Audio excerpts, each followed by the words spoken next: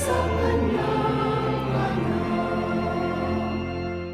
Pagdarang lubos tayong hirap, habang buhay siya'y pasalamatan.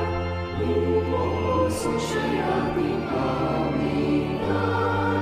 Alleluia, Amen. Kahit na tayo ay bumaranas,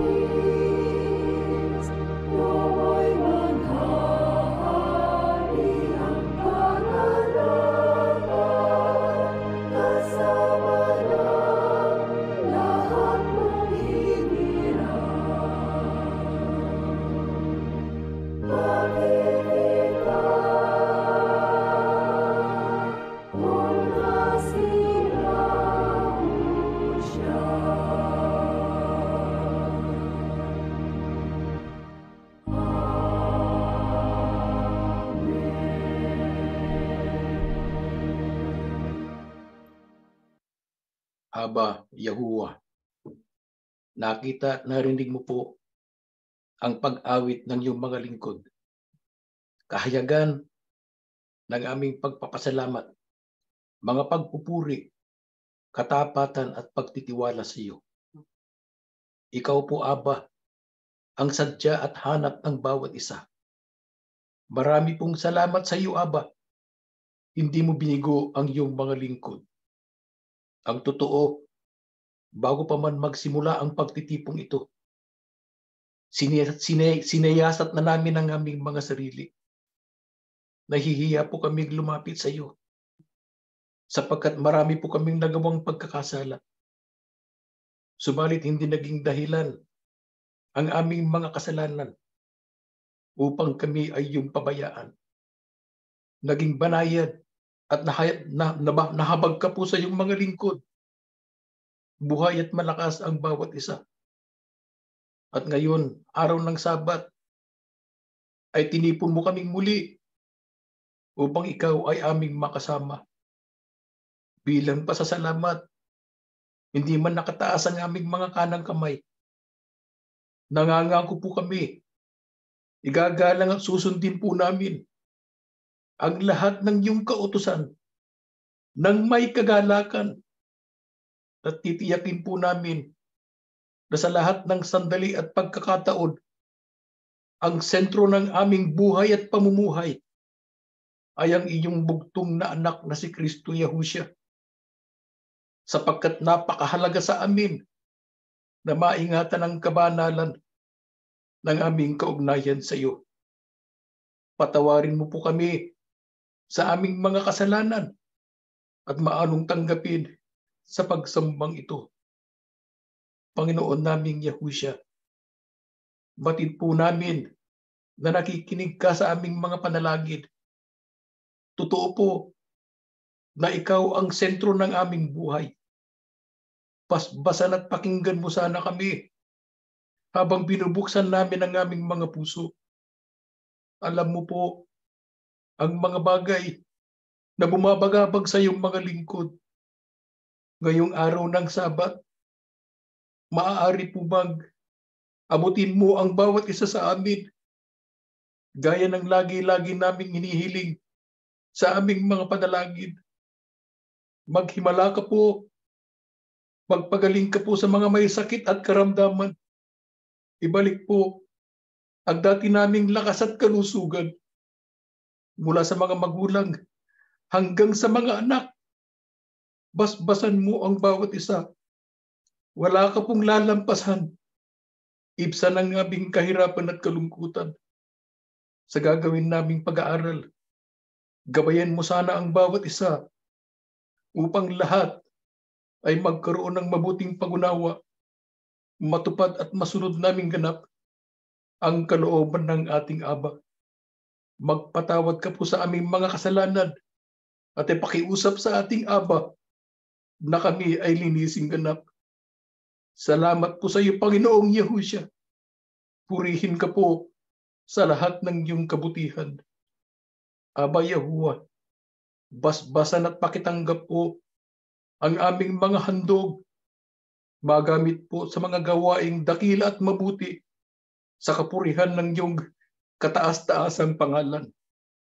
Pakibasbasan din po ang kalusugan at hanap buhay ng iyong mga lingkod.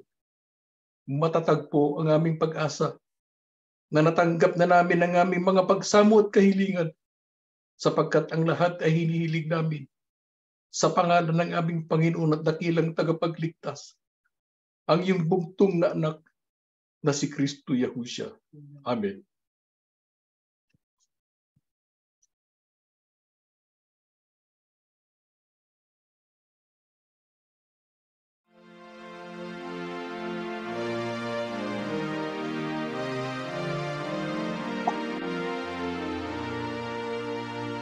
Sa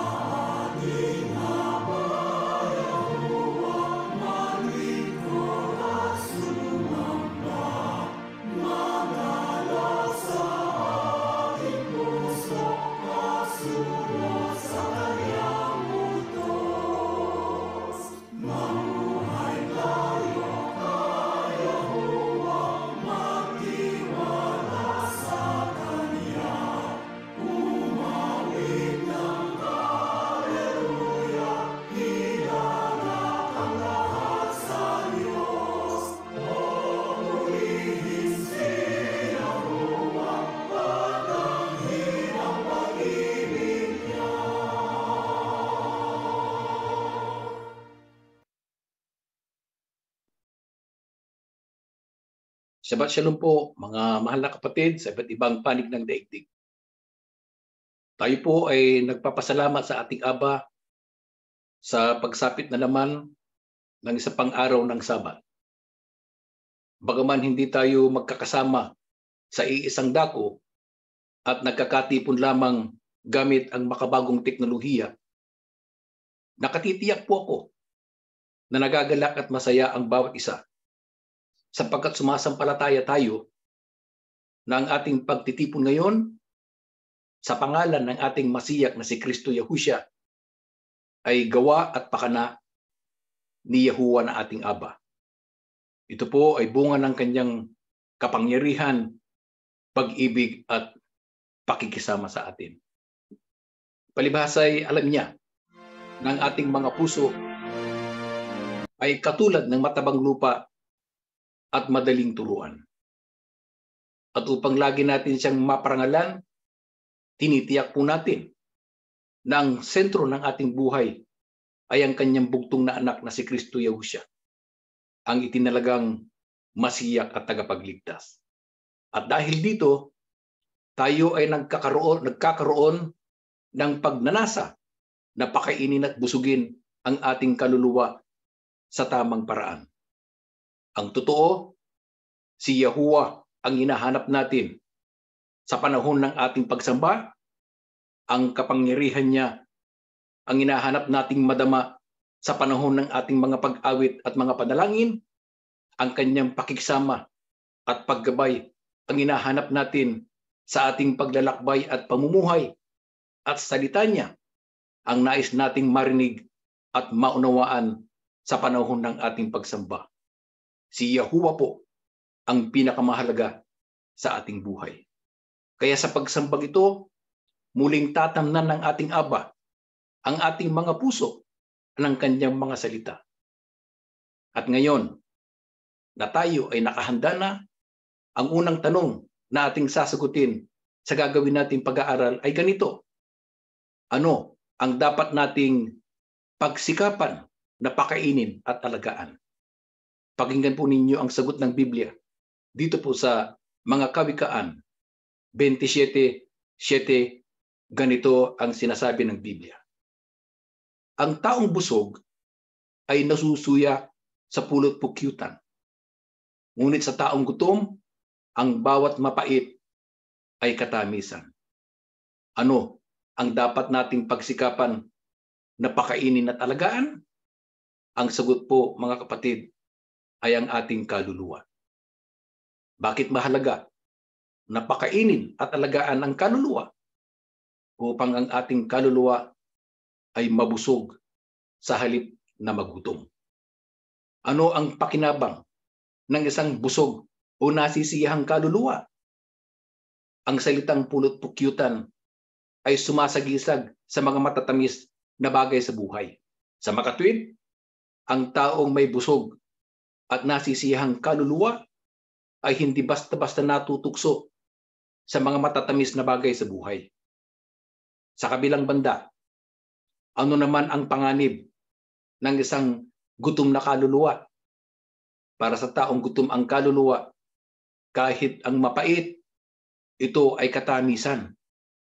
Sa ibang salita, madaling matukso sa mga bagay na nakakapinsala at hindi mabuti sa kanyang kaluluwa. Ang totoo, mga kapatid, ang gutom na kaluluwa ang problema ng maraming tao ngayon. Paano sinisikap ng iba na pakainin ang kanilang kaluluwa? Ang mangangaral 2:1-3. Ganito ang sagot ng Biblia: sinabi ko sa aking sarili, halika, subukan mo kung ano ang kahulugan ng kaligayahan. Magpakasaya ka. Subalit ito man ay walang kabuluhan.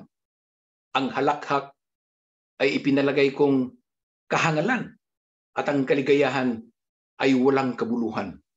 Sa pagnanasa kong makamit ang karunungan, ipinasya kong magpakalasing sa alak.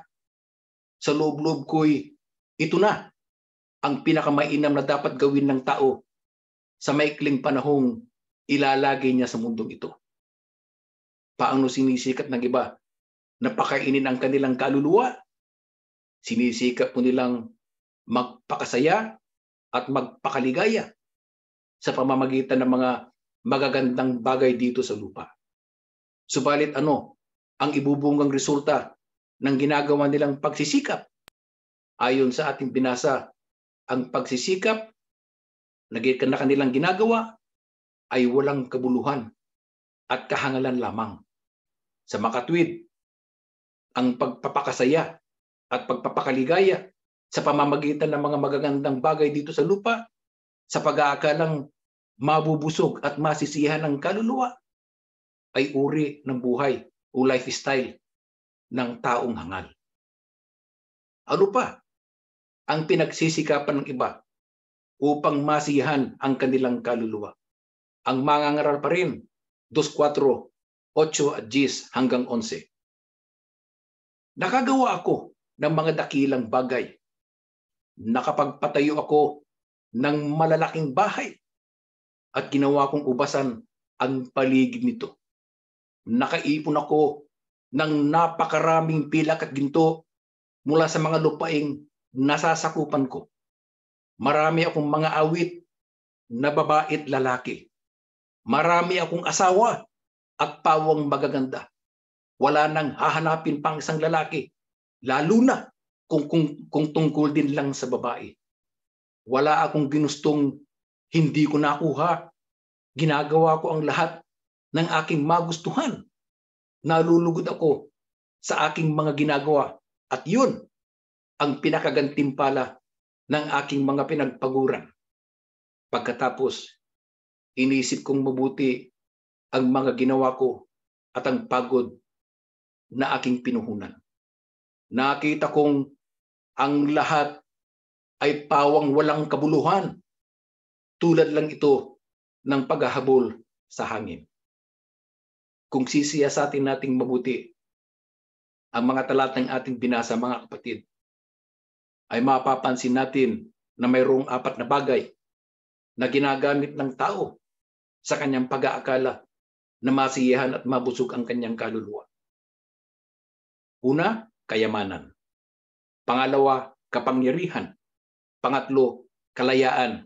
At ang pang-apat ay kaugnayan o relasyon.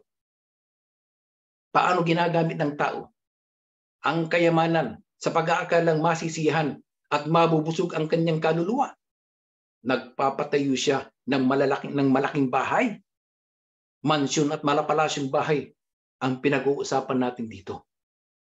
Sa panahon natin ngayon, baka ang kanyang bahay ay napapaligiran ng Olympic-size swimming pool, basketball court, tennis court, magagarang na sasakyan, may helicopter at eroplano pa, at may sariling paliparan. Ano pa? Nagpapagawa ng ubasan sa kanyang paligid. At kung babasahin natin ang buong Kapitulo 2 ng Aklat ng Mga Mangangaral, malalaman natin na nagpapagawa pa siya ng malalaking halamanan o hardin at ng mga liwasan. Nagtatanim pa siya ng sari-saring punong kahoy na nagkakabunga. Walang sinabi ang kastilyo ng Windsor at palasyo ng Buckingham dito sa Inglaterra. Mamaya, patutunayan ko po sa inyo na totoo ang pangungusap na ito. Ganun pa man, dapat po nating tandaan na ginagawa ang alak sa pamamagitan ng ubas at iba pang bunga ng ibang punong kahoy. Kaya sa panahon natin, ang mga salitang ubasan at mga punong kahoy na nagkakabunga ay nagpapahiwatig o sumasagisag sa negosyo o hanap buhay. Sa makatwid, ginagamit din ang hanap buhay upang masiyahan ang kanyang kaluluwa. Ang mayaman ay lalong nagpapakayaman. Ito ang sa pag-aakalang ito ang tamang paraan upang mabusog at masiyahan ang kanyang kaluluwa. Kaya sila ay nagkakaroon at nakakaipon ng napakaraming pilak at ginto, limpak-limpak na salapi at kayamanan ang nasa kamay ng taong ito. Malakas at malaki ang kita. Paano ginagamit ng iba ang kaugnayan o relasyon upang asikasuhin ang kanilang kaluluwa. Nag-aasawa silang ng marami, magaganda at kaakit-akit pa. At ipinagyayabang na wala nang hahanapin ang lalaki kung babae rin lang ang pag-uusapan. Ang mga babaeng ito ay magaganda at iba't ibang lahi. Sa halip na paigtingin ang kaugnayan kay Yahuwah, dinagdagan at ginawang marami ang asawa. Hindi na nasiyahan sa isa. Sa taong gutom at hindi nasisiyahan ang kaluluwa, dalawang bagay lamang ang kanyang pagpipilian. Kung hindi marami ang asawa, sobra ang isang asawa. Bakit ko sinabi na sobra ang isang asawa? Sapagkat sa pagkakataong nakakita siya ng kahit maliit na dahilan, ihiwalayan at iiwanan niya ang kanyang asawa. Sasabihin niya, hindi ko na kayang makisama sa aking asawa. Sobra-sobra na siya. Subalit, ang dahilan talaga ay para mag-asawa ng iba. Divorce po ang tinutukoy ko dito. Subalit sa taong busog at nasisiyahan ng kaluluwa, sapat at tapat sa isa. Paano ginagamit ng iba ang kapangyarihan at kalayaan sa pag-aakalang mabubusog nila ang kanilang kaluluwa? Lahat ng gusto nila, nakukuha at nakakamit nila. Wala silang ginusto na hindi nila nakuha. Malayang gawin anuman ang gustong gawin. Lahat ng pagnanasa ng kanilang mga mata at hilig ng katawan ay nakamit at naranasan nila. Hindi lang sila malaya, kundi makapangyarihan pa. Ano ang katunayan na sila ay makapangyarihan? Mayroon silang mga awit na babae at lalaki. Ano ba ang pinakalayunin ng pag-awit, mga kapatid? Pagbibigay at pag-aalay ng kapurihan. Sa panahon ngayon, hindi lamang pag-awit ang ginagamit, kundi mayroon pang declamation o yung public dramatic oration para ihayag ang kanilang ganap at lubos na katapatan at pagpapasako. Ang totoo, ang buhay ng lalaki na nagsasalita sa mga talatang ating binasa ay daig pa ang buhay ng kasalukuyang hari ng Inglaterra. Alam niyo kung bakit? Sapagkat ang nagsasalita po sa mga talatang ating binasa ay si Haring Solomon. Sinasabi niya ang kanyang naging karanasan. Subalit ang tanong, matagumpay ba ang mga bagay na kanyang ginawa upang masiyahan ang kanyang kaluluwa? Hindi po. Siya na mismo ang sumagot. Ang sabi niya, parang naghabol lang ako ng hangin. Nang ibig sabihin ay wala siyang maganda at mabuting paruroonan. At kung gagamitin natin ang lingwahe ngayon, ang ibig sabihin niyan ay mauuwi lang sa kangkungan. Pangit at masakit na pakinggan. Subalit yun ang totoo. Bakit po? Sapagkat lahat ay walang kabuluhan. Ano ang isang makabuluhang pagsisikap na dapat gawin at siguruhin na makamit ng tao upang masiyahan at mabusog ang kanyang kaluluwa? Ang mga gawa 17:27 hanggang 28. Upang kanilang hanapin ng Diyos, baka sakaling maapuhap nila siya at siya'y masumpungan, bagaman hindi siya malayo sa bawat isa sa atin.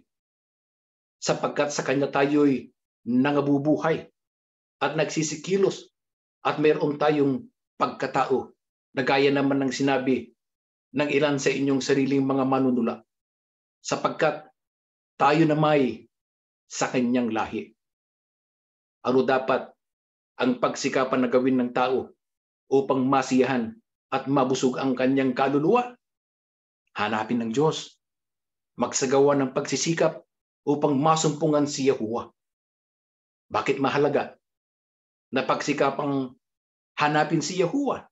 Sapagkat siya lamang ang may kapangyarihan at kakayahan na busuging ganap ang ating mga kaluluwa. Lahat tayo ay nilikha niya. Siya ang nagbigay sa atin ng buhay at lakas. Ang sabi pa ng Biblia, kalahi natin siya. Ano ang kaukulan o kakambal na obligasyon ng ating pagiging likha at kalahi ni Yahuwah? Ang sagot po ay ang pagkakaroon ng pagnanasa o pagnanais na hanapin siya. Kung wala si Yahuwah, ano man ang gawin natin, hindi tayo masisiyahan.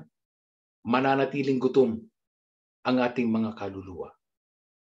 Ano po ang dahilan kung bakit hindi nagsisikap ang iba na hanapin si Yahuwah? Salmo 73:3-6. Nainggit ako nang makita ko na ang mayayabang at masasama ay umuunlad. Malulusog ang kanilang mga katawan at hindi sila nahihirapan. Hindi sila naghihirap at nababagabag na tulad ng iba. Kaya ipinagmamalaki nila ang kanilang kayabangan at kalupitan. Ano ang dahilan kung bakit ang iba ay hindi nagsisikap na hanapin si Yahuwah? Ang sagot po ay dahil sa inggit. Paano nagiging dahilan ng inggit kung bakit ang iba ay hindi gumagawa ng pasisikap na hanapin si Yahuwah? Nakikita, nasasaksihan nila na umuunlad at umaasenso ang mga taong mayayabang at masasama. Nakikita nila na mas magaan, mabuti at maganda ang pamumuhay ng mga taong nasa paglabag kumpara sa pamumuhay ng mga taong tapat at nagtitiwala sa Diyos. Ang totoo, ang talatang ating binasa ay tumutukoy sa karanasan ng isang lingkod ng Diyos na ang pangalan ay Asap. Siya po ang nagsulat ng maraming salmo at dahil sa kanyang tungkulin bilang manunulat, talagang hinanap at nagtiwala siya kay Yahuwah. Subalit noong maobserbahan niya na ang mga taong masasama at mayayabang ay walang problema sa buhay at malulusog pa ang pangangatawan, samantalang siya ay nahihirapan, siya ay nainggit. Sa buhay natin mga kapatid, totoo na mayroong mga pagkakataon na tayo ay nanghihina at nawawalan ng pag-asa dahil sa mga mabibigat na problema sa buhay. Lalo na kung nakikita natin na ang mga taong masasama, mga taong walang kwenta sa Yahuwah sa kanilang buhay ay namumuhay ng maluho at masarap. Sasabihin ng tao sa kanyang sarili, nagtitiwala ako sa Diyos. Sinusunod ko ang mga kautusan. Bakit napakahirap ang buhay ko? At mayroon pa akong taglay na karamdaman. Samantalang itong tao na nasa paglabag, hindi man lang nahihirapan at nababagabag, malusog pa ang kanyang pangangatawan. Wala na yatang pagkakaiba ang taong mabuti at ang taong masama. Kung ano pa ang mangyayari sa taong naiinggit at ano ang dapat niyang gawin upang manumbalik ang kanyang gana na pakainin at eseksuhin ang kanyang kaluluwa, yan po ang ituturo at ipapaliwanag sa atin ng ating kapatid sa ating pagpapatuloy sa ginagawang pag-aaral.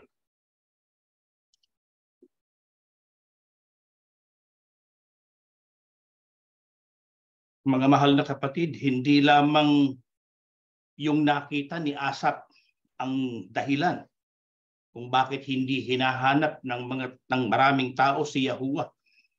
Sa panahon man natin ngayon, ang mga tao hindi hinahanap si Yahuwah. Baliwala sa kanila. Hindi ata binibigyang isipan yung mga mangyayari sa kinabukasan. Ang tanong po natin naman ngayon, ano naman ang nagtutulak sa tao upang talikuran o pabayaan ang kanilang pananampalataya kay Yahuwah? Yung talatang binasa kanina, yung mga tao na hindi naghahanap kay Yahuwah. Ito namang ating babasahin ngayon, nagtutulak sa taong talikuran o pabayaan ang kanilang pananampalataya. Ibig sabihin, nananampalataya na po sila kay Yahuwah pero pinababayaan nila.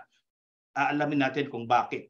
sa aklat pa rin po ng Salmo 73 pa rin, mga talatang 12, 14, 21 at 22. Ganito ang buhay ng masasama. Wala nang problema, yumayaman pa. Bakit ganon? Wala bang kabuluhan ang malinis kong pamumuhay at paglayo sa kasalanan? Nagduro sa ako buong araw. Bawat umaga ako'y inyong pinarurusahan. Nang nasaktan ng aking damdamin at nagtanim ako ng sama ng loob, para akong naging hayop sa inyong paningin, mangmang at hindi nakakaunawa. Ano po ang isang nagtutulak sa tao upang talikuran o pabayaan ang kanilang pananampalataya kay Yahuwah? Hindi lamang po kasi nakikita nila na ang mga liko at masama ay umuunlad, pero sila na may malinis na pamumuhay at lumalayo sa kasalanan ay nagduro sa araw-araw. Ito po, mga mahal na kapatid, ang napansin ni Asaph, at maaring ang iba sa atin o ang iba pang mga tao ay ganito rin ang napapansin. At dahil dyan, ano po ang naging pananaw ni Asaph? Wala naman palang kabuluhan, ang hanapin si Yahuwah. Ano po ang kadalasang nangyayari, mga kapatid, kung mapansin ng tao na yung masama at liko ay umuunlad, samantalang sila na sumasamba kay Yahuwah ay nagtatampisaw sa pagdurusa. Tulad na lang din ang nangyari kay Asaph, pag ganun ang ating nadama, ang ating puso ay tila dinudurog kapag ganyan ang nakikita natin. At dahil dyan tayo ay nagiging mapait ang pananaw sa buhay. Unti-unti tayong kinakain ng mapait na paninibugho. Nasasabi ng iba sa kanilang sarili, tila hindi yata patas ang pagtingin ni Yahuwah. Kung sino pa yung masama, siyang maunlad. Kung mangyari ito, ang iba, mga kapatid, pinanghihinaan ng loob. Nakakadama ng kabiguan, kaya hindi na nila hinahanap si Yahuwah, o kaya ay humihina ang kanilang pananampalataya kay Yahuwah. Dahil dyan, maraming mga tao ang tinalikuran na ang kanilang pananampalataya. Pero mga kapatid, totoo po bang hindi patas ang pagtingin ni Yahuwah sa kanyang mga anak? Kung magkakaroon po ang tao ng ganitong pananaw, ayon lamang yun sa kanyang sariling pananaw. Hindi yun ayon sa isip at sa pananaw ng ating amang Yahuwah. Tulad na lang ng sinasabi nung iba, na kung kaanib ka daw sa relihiyon na yon, basta may tarheta ka at nakatala ka, ligtas ka kahit ikaw ay liko. Ito po ay isang maling pananaw. Walang batayan sa mga nakasulat sa banal na kasulatan. Ililigtas ba naman ni Yahuwah ang liko at masama dahil nakatala? Ituloy po natin kung ano ang ginawa ni Asaph. Ano ang ginawa ni Asaph na siyang nakatulong upang manumbalik ang kanyang pananabik kay Yahuwah? Sa aklat pa rin po ng Salmo 73, 16 hanggang 20. Kaya sinikap kong unawain ang mga bagay na ito, ngunit napakahirap. Pero nang pumunta ako sa inyong templo, doon ko naunawaan ang kahihinatnan ng masama. Tunay na inilalagay niyo sila sa madulas na daan at ibinabagsak sa kapahamakan. Bigla silang mapapahamak. Mamamatay silang lahat at nakakatakot ang kanilang kahahantungan. Para silang isang panaginip na pagsapit ng umaga ay wala na.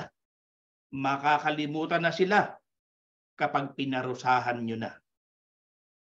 Ano po ang ginawa ni Asaph?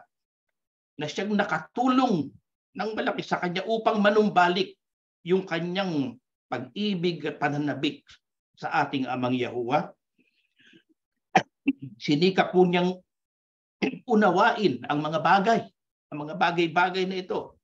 Pero naging napakahirap para sa kanya. Ano po yung isang naging maganda sa ginawa ni Asaph, mga kapatid? Hindi niya kaagad isinara ang kanyang isip at ang kanyang puso sa problema, kundi pinag-isipan niyang mabuti. Kaya ano po ang kanyang ginawa?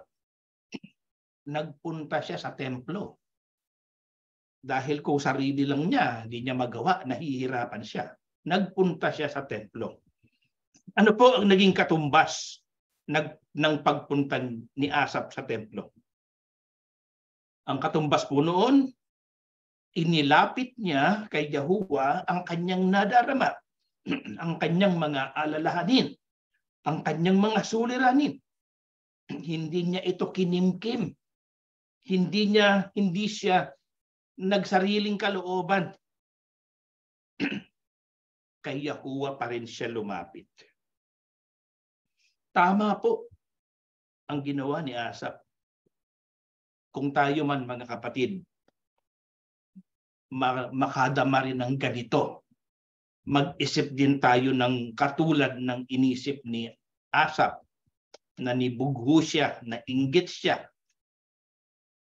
Ano po ang gagawin natin? Huwag nating kikimkimin. Ilapit natin sa ating Ama.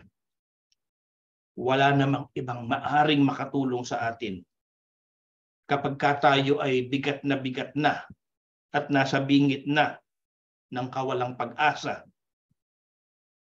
Tanging ang Ama lamang natin ang makatutulong sa atin. Kailangan nating pakawalan sa ating puso, ibsan ang bigat na ating nadarama. Kanino tayo dapat lumapit upang ipagtapat ang bigat ng ating pasan? Kanino pa kundi kay Yahuwah? Ano ang itatangis natin sa Kanya?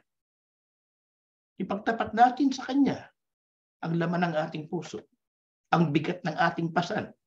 Humingi tayo ng unawa.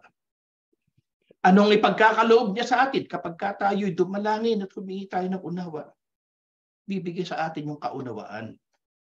Katulad na lang ng ibinigay niya kay Asaph. Bubuksan niya ang mata ng ating mga pag-unawa at palalawakin ang ating pananaw. Sa kaso ni Asaph, ano ang unawang ipinagkaloob sa kanya ni Yahuwah? Ipinakita sa kanya na ang mga bagay na mangyayari sa tao sa bandang huli ay mas mahalaga sa mga bagay na nangyayari sa kasalukuyan. Bakit po? Sapagkat ang mga pangyayari sa kasalukuyan ay pansamantala lamang. Yung nangyayari ngayon, bukas iba na. Subalit, yung mararanasan natin sa bandang huli o sa panahon ng kawakasan ay ano po? Ay magpasawalang hanggan. Ayon sa ating binasa, sabi ni Asaph, pero nang pumunta ako sa inyong templo, doon ko naunawaan ang kahihinatnan ng masama. Tunay na inilalagay niyo sila sa madulas na daan at ibinabagsak sa kapahamakan.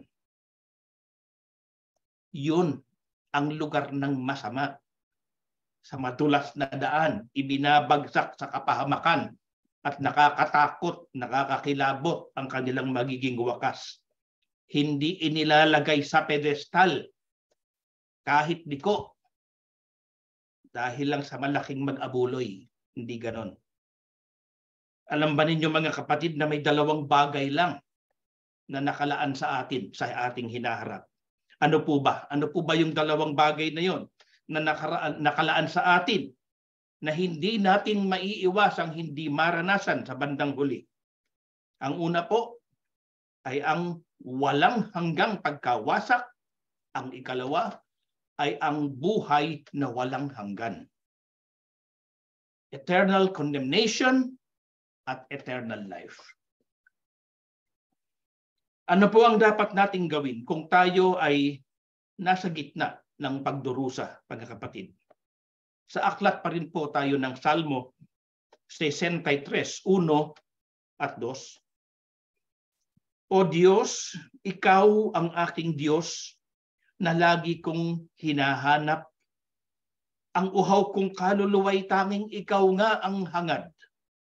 Para akong tuyong lupa na tubig ang siyang lunas. Hayaan mong sa santuaryo, ikaw ay aking mapagmasdan at ang likas mong kaluwalhatian at kapangyarihan. Ano po ang dapat nating gawin kung tayo po ay nasa gitna ng pagdurusa, mga kapatid? Ituon po natin ang ating pananabik sa ating Amang Yahuwah. Sa halip na tumingin tayo sa mga kasamaang naglipa na sa ating paligid, kay Yahuwah po tayo tumingin at manghawak. Kung titignan kasi natin, mga kapatid, yung kasamaan na nasa paligid natin, hindi na uubos. Napakarami. Kaya sa halip na tumingin tayo doon sa mga masasamang naglipa na, kay Yahuwah po tayo tumingin. Sa Kanya tayo manghawak. Paano po natin itutuon ang ating kasabikan kay Yahuwah? Ihandog natin, mga kapatid, ang ating puso sa Kanya. Sa Kanya natin itiwala ng buong buo ang ating buong pagkatao.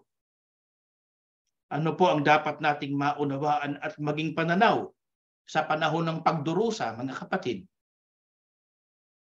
Sa gitna po ng pagdurusa ay doon mas kailangan tayong lalong manabik sa ating Ama. Mas lalo nating kailangan siya kung tayo ay nasa gitna ng pagdurusa. Nasasaid ang ating kaluluwa kung tayo ay nasa pagdurusa. Kung kaya't kailangan nating pakainin ito. Opo, mga kapatid, nagugutom din ang ating kaluluwa. Kaya't kailangan nating pakainin ng mga salita at aral ng Diyos. Paano ang ating gagawin? Hanapin po natin si Yahuwah. Ano ang ating hihilingin sa Kanya? Samahan niya tayong palagi. Lakip ang Kanyang maluwalhating kapangyarihan. Kapag tayo ay tumawag sa ating Amang Yahuwah, paano niya bubusugin ang ating kaluluwa, mga kapatid? Sa aklat pa rin po ng Salmo, itutuloy po natin ang basa sa talatang 3 hanggang 8. Ang wagas na pag-ibig mo'y mainam pa kaysa buhay. Kaya pupurihin kita, O Diyos, at pararangalan. Habang ako'y nabubuhay, ako'y magpapasalamat. At ako ay dadalangin na kamay ko'y nakataas. Itong aking kaluluwa'y tunay na masisiyahan. Magagalak na umawit ng papuring iaalay. Laman ka ng gunita ko, samantalang nahihimlay. Magdamag na ang palaging iniisip ko ay ikaw. Ikaw ang sa akin tumutulong sa tuwina. Kaya sa iyong pagkupkop, ligaya kong awitan ka. Itong aking kaluluwa'y sa iyo lang nananalig. Kaligtasan ko'y tiyak dahil sa iyo'y nakasandig. Paano po bubusugin ni Yahuwah ang ating kaluluwa? Kung pagtutuunan natin ng pansin, ang wagas at sakdal na pag-ibig ni Yahuwah sa atin, mga kapatid. Paano po natin ito magagawa? Paano natin pagtutuunan ng pansin ang wagas na pag-ibig sa atin ni Yahuwah? Kung siya ang laging laman ng ating gunita. Araw-araw ay nadarama natin ang pagkukupko, pagliligtas, ang pagtulong, pagsagot sa ating panalangin ng ating Ama. Doon pa lamang, mga kapatid, mananatili sa ating gunita si Yahuwah. Pero mayroon pang ibang kaparaanan yung iba natin, mga kapatid. Karamihan sa kanila ay nagtitipon ng mga paborito nilang talata sa Biblia, pinagtutuunan nila ng pansin, binubulay-bulay. Ito ay isa ring paraan upang mamalagi sa ating gunita ang pag-ibig ng ating Ama. Sabi sa ating binasa, ang wagas na pag-ibig mo'y mainam pa kaysa buhay. Napakalalim nun, mga kapatid. Yung pag-ibig ng ating Ama sa atin, nasakdal na pag-ibig, mas mainam pa kaysa buhay. Totoo po yun dahil ang buhay natin dito sa mundo ay nababatbat ng iba't ibang mga kahirapan, mga pag-uusig, mga pagdurusa, kalungkutan. Yung pag-ibig ng ating Ama na ating mararanasan pagdating ng araw, walang katumbas. Paano pa mabubusog ang ating kaluluwa? Sa panalangin may pagpapasalamat at sa pamamagitan ng mga awit ng pagpupuri na ating iaalay sa Kanya. Ano pa po ang maaari nating gawin? Maghawak tayo sa Kanya, mga kapatid. Kumapit ng mahigpit. Ang bagyo ng buhay, hindi natin masusukat kung gaano kalakas. Kumapit tayong mahigpit sa ating Ama. Itiwala natin ang lahat sa Kanya. Sa bandang huli po, mga huling talata na ating babasahin, ano ang gagawin ni Yahuwah kung ang ating buong pagkatao ay nananabik sa Kanya? Sa aklat po ng mga awit, 73, 23 hanggang 26, Gayunman ako'y kasama mong palagian. Inaalalayan mo ang aking kanang kamay. Sa iyong payo ako'y iyong pinapatnubayan at pagkatapos ay tatanggapin mo ako sa kaluwalhatian. Anong mayroon ako sa langit kundi ikaw? At liban sa iyo'y wala akong anumang ninanasa sa lupa. Ang aking laman at ang aking puso ay maaring manghina. Ngunit ang Diyos, ang lakas ng aking puso at bahagi ko magpakailanman. Mga kapatid, ano ang gagawin ng ating Ama kung ang ating buong pagkatao ay nananabik sa Kanya? Hahawakan po niya ang ating kamay. Siya ang ating magiging gabay na pangmalagian. Ito po yung naranasan ni Asaph. Ito rin ang tiyak na mararanasan natin, mga kapatid. Kung ang hanap ng ating kaluluwa ay si Yahuwah, makikita niya yung ating pananabik sa Kanya. Tulad na lamang ng ating pinag-aralan nung nakaraan. Sinugo ni Yahuwah si Felipe doon sa eunuko na nasa malayo at ilang na lugar. Doon sa daan na hindi na gaanong dinadaanan sapagkat ilang na lugar nga. Bakit sinugo ni Yahuwah si Felipe? Sapagkat nakita niya ang kasabikan ng eunuko sa kanyang mga salita. Ganon din tayo, mga kapatid. Kahit na saang lugar tayo naroon, makikita ng ating Ama ang ating pananabik sa Kanya. At yun ay Kanyang tutugunan. Tutugunan niya yung pagkauhaw natin sa Kanyang mga salita. At Kanyang tutugunan yung ating pangangailangan upang mabusog ang ating kaluluwa. Sabi sa ating binasa, gayunman ako'y kasama mong palagian. Mga kapatid, mayroon pa ba tayong ibang kailangan sa langit man o sa lupa kung si Yahuwah ang ating kasama? Wala na po. Wala na po. Si Yahuwah lamang ang ating kailangan sa ating buhay. Sa Kanya ang ating gutom na kaluluwa ay mabubusog. wala na tayong ibang hahanapin pa, mga kapatid. Tunay na bubusugin niya ang ating kaluluwa kung tayo ay tapat na nagpupuri sa Kanya magpasawalang hanggan. At sa piling niya, tayo ay makakatagpo ng kapanatagan. Ano po ang dapat nating idalangin ngayon sa Kanya, mga kapatid? Patnubayan tayo sa Kanyang katwiran at yung landas niyang matuwid. Ipaalam niya sa atin upang doon tayo lumakad. Yun ang ating susundan. Kung may mabigat na pasanin ang sino man sa atin, mga kapatid, sa Diyos tayo pagtiwala, sa Kanya ilagak ang lahat. Sapagkat kung ang Diyos ang kasama at nasa panig natin, matatamo natin ang tagumpay. At ang mga kaaway, sino man sila, ay ating tatalunin. Tumayo po kayo, tayo ay mananalangin. Ama naming Yahuwah, aming Diyos na makapangyarihan ka po sa lahat. Salamat po ng marami, Ama. Sa piling mo, hindi magugutom ang aming kaluluwa.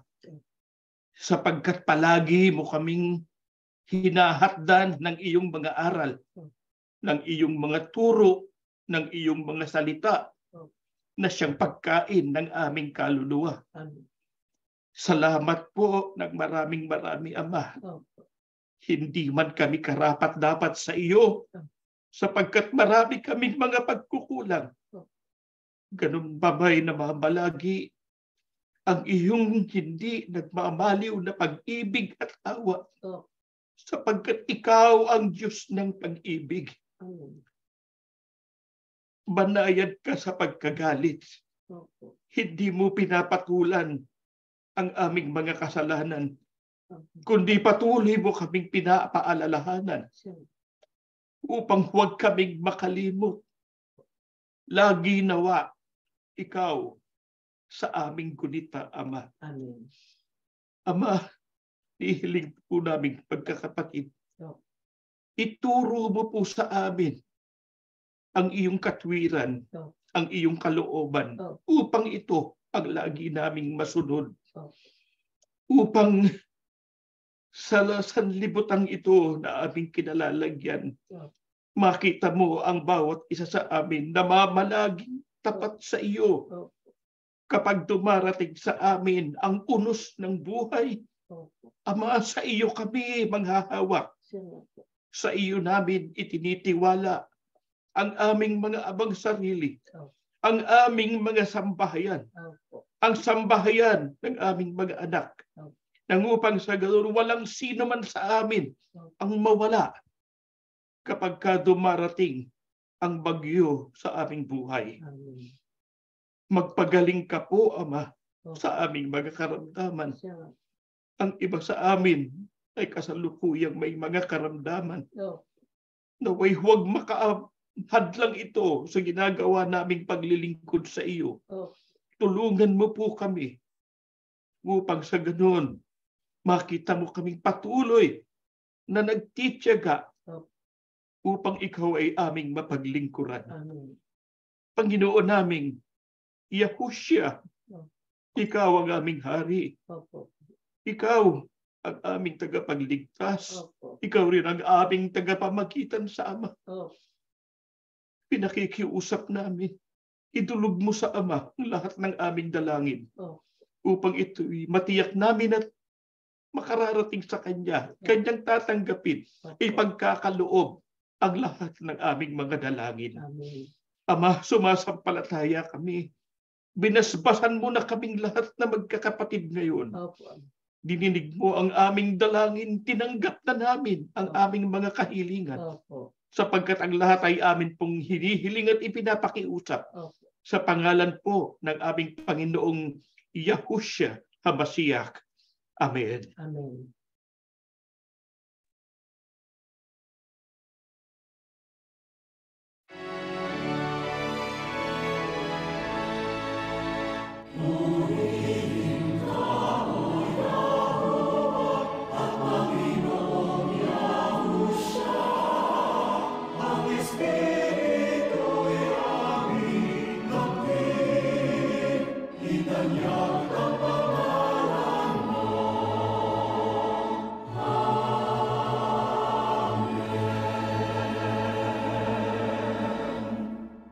Ang walang maliw na pag-ibig at masaganang awa ni Yahuwah Abba lumukob sa atin. Ang alaala at kapayapaan ni Yahushua HaMashiach magpalakas sa atin. At ang laging pagsama ng Ruach Kodash sumaating lahat ngayon at magpakailanman. Amen. Okay mga kapatid, bago po tayo magwagas, meron po tayong mga paalala. First of all, we have our discipleship training program. We will continue Saturday, September 2, 2023 at 5 o'clock p.m. Pacific Standard Time. Tapos sa September 8, itutuloy po natin ang Children's Ministry, September 8 and September 9, 11:30 p.m. at 11:30 a.m. At paghandaan din po natin ang ating Autumn Feast Celebrations 2023, tatlo po yan, Feast of Trumpets, Day of Atonement, tsaka Feast of Tabernacles. Meron po tayong mga pagtitipon o Holy Convocation o kaya pagsamba sa mga petsang September 15, 6 p.m. Pacific Standard Time. Meron din po tayong in-person worship service, September 23, 5 p.m. Pacific Standard Time. Tapos para sa Feast of Tabernacles, meron tayong dalawang pagtitipon. Yung first day of the celebration, September 29 at 6 p.m. Pacific Standard Time. And it will conclude with the 8th day in-person worship service, October 6, 5 p.m. Pacific Standard Time. Naka-indicate po sa yellow yung ating pong in-person na mga pagsamba na ito ay gaganapin sa Fremont, California. Kaya kung meron po tayong pagkakataon na makapunta doon para tayo ay magsama-sama lalong mabuti. Subalit, ito po ay ibabroadcast po natin sa Facebook Live, YouTube at sa Zoom. At tatapos na po ang pagsamba, pagpalain nawa tayo ni Yahuwah Abba at ni Yahushua HaMashiach.